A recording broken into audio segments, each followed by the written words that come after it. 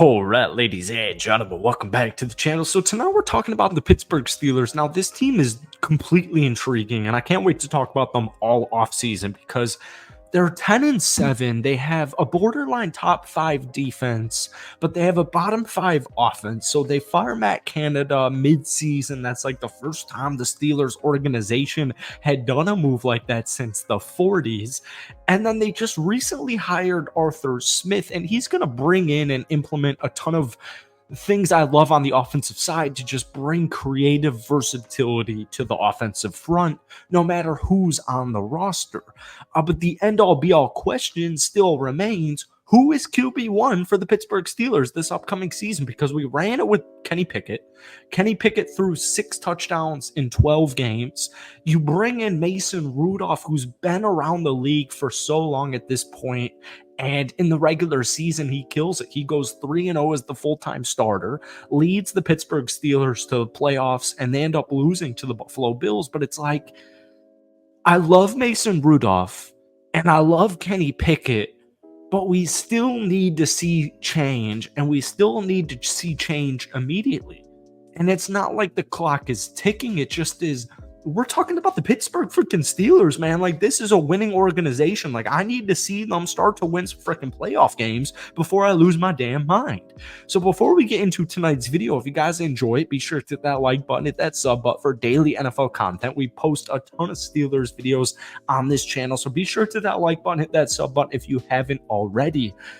Let's try to get this video to 250 likes. Let's get into it. All right, so Arthur Smith at the offense coordinator position, I think it's perfect. And we keep seeing these guys like Cliff Kingsbury and Arthur Smith and all these coaches go from head coach, and then they kind of get delegated down to the offense coordinator role. When I'm thinking of a guy like Arthur Smith, I think offensive coordinator is perfect for him. I think it is absolutely perfect for him. I think he draws up unique sets. He's got a unique scheme where it keeps the defenses on their toes. And when we look at Pittsburgh, whether it was the first half of the season with Matt Canada or the second half of the season, one thing I want to see more from the Steelers offense is versatility and creativity, because I've got Jalen Warren and Najee Harris at the running back position. I've got Pat Freiermuth and Darnell Washington at the tight end position.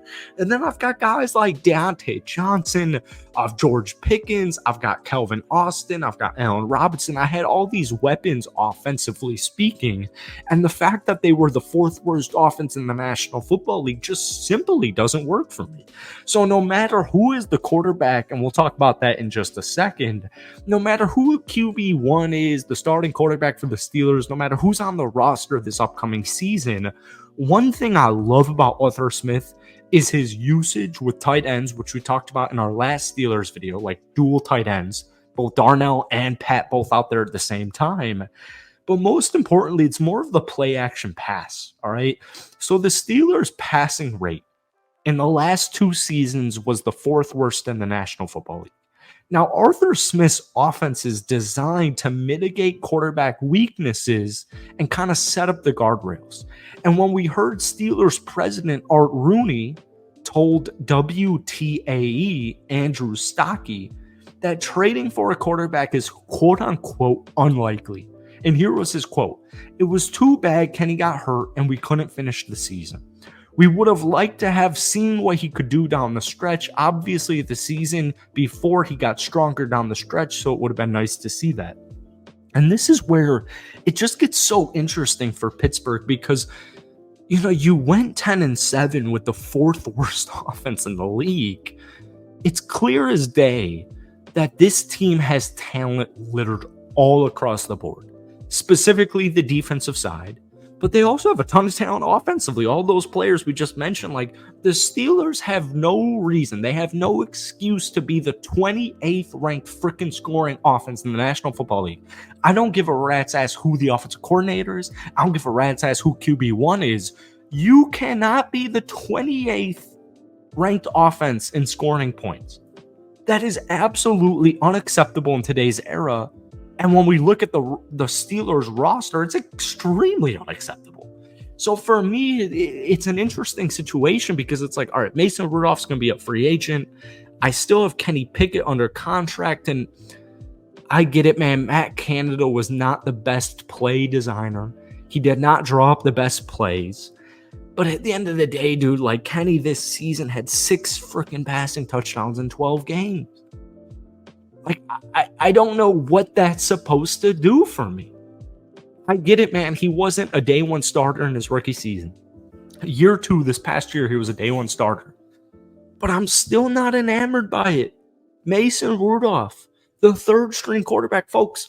Steelers fans get so upset when I call him the third string quarterback. Guys, he was the third string quarterback.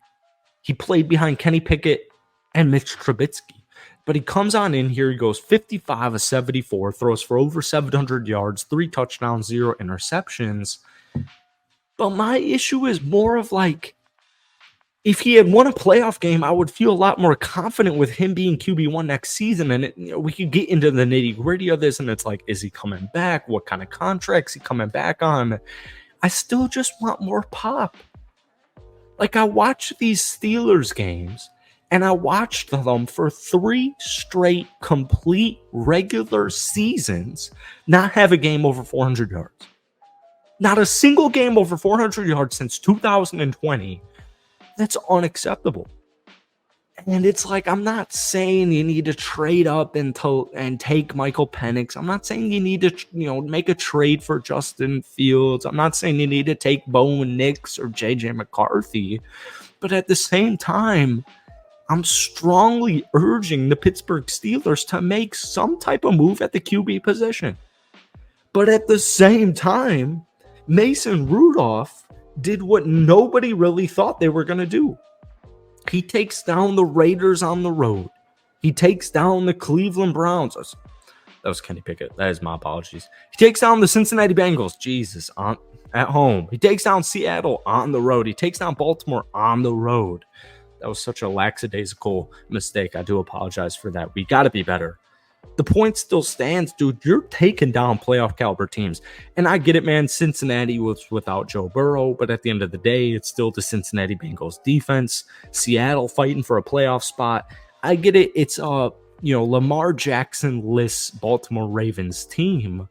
But these guys are fighting for contracts. These guys are fighting for roster spots. They're fighting for money. They're fighting for pride. They're fighting for a lot of things. So week 18, I understand it. Buffalo, when we take a look at the rosters, like Buffalo's just got a really good roster. But still, man, I'm just not quite sold on Mason Rudolph being QB1 next season. And I'm not sold on Kenny Pickett being QB1 next season.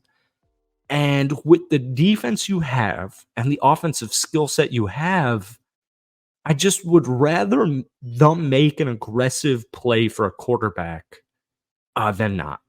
But that's just my opinion. I feel like a lot of Steelers fans actually disagree with that opinion. So let me know down below in the comments. That's it for me. Hit that like button. Hit that sub button for daily NFL content. We will see you soon. But let me know who's QB1 for the Pittsburgh Steelers next year. Who do you want? And then who do you think it's going to be? Peace.